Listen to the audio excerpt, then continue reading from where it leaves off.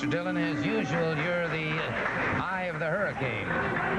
Well, I heard Barry Windham earlier today's program. He's really excited about his prospects as a top contender, or one of the top contenders for the World's Heavyweight Championship. But, you know, I think I'd be a little embarrassed, a man in his position, to be regarded by many experts as one of the top contenders for the World's Heavyweight Championship, and at the same time having gained the reputation of being a crybaby by accusing Cowboy Ron Bass, Jos LeDuc of some kind of collaboration, jumping them in parking lots, vicious lies, and to be one of the top contenders for the World's Heavyweight title. It's a little bit embarrassing. Well, isn't it also a fact, however, that no matter, it seems to be of late, that no matter where I see you, and I see Cowboy Ron Bass, I see Jos LeDuc, and certainly you can't deny that there have been times when interference has been the order of the day in your camp. Well, I'm not aware of any situations where there was any interference.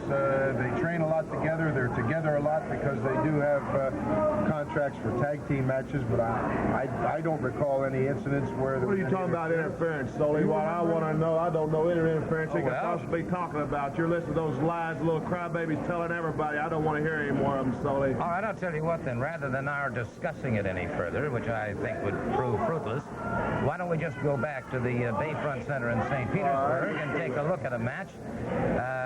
And perhaps you'd like to explain. Here we have Barry Windham going up against Jos LeDuc, and both men obviously showing the marks and the fatigue from a very, very hard-fought battle. We're deep into the match at this point in time, and it is LeDuc back on his feet, moving against Barry Windham. Canadian freight train plants a boot in the side of the rib cage, and at this point in time, the freight train seems to be rather well under control. The match outside the perimeter of the ring ropes itself now, as LeDuc continues to punish Barry Windham. I'm trying to remember, Gordon, trying to recollect this particular match. The Bayfront Center, yes, I remember we had a very large crowd there to see that particular evening, and yes, it's kind of coming back to me. This was a very hard-fought match. Yes, I do remember.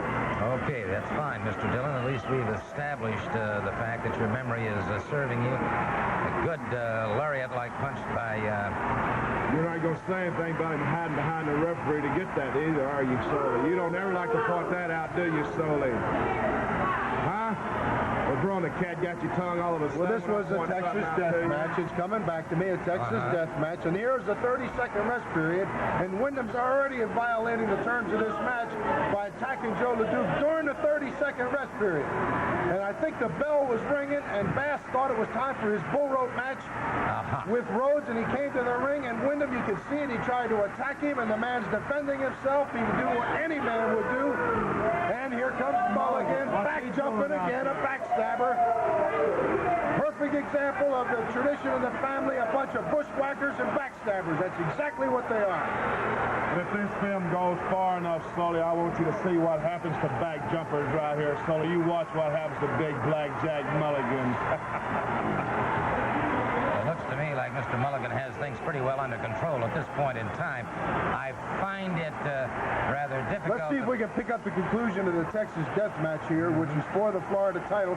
He's calling for the bell. Let's see, the winner is, yes, the winner is Big Jos LeDuc, the Canadian freight train.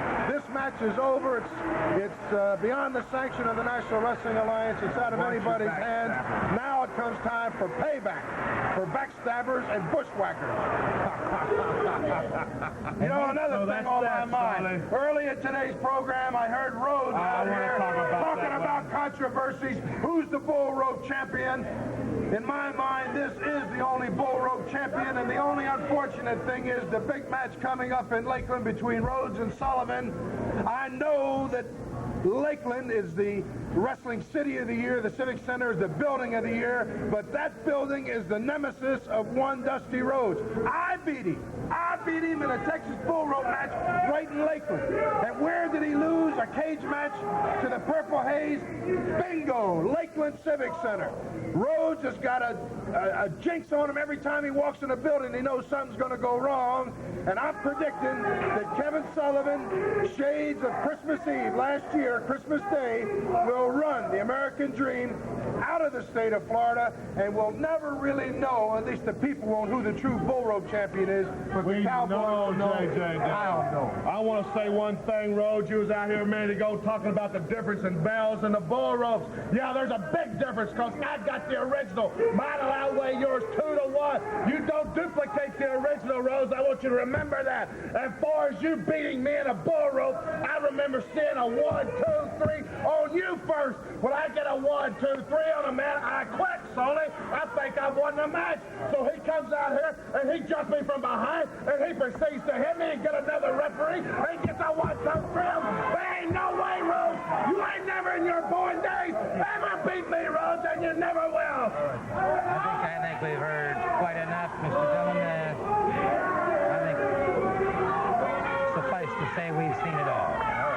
You have nothing further to say to me. We've got an important match coming up.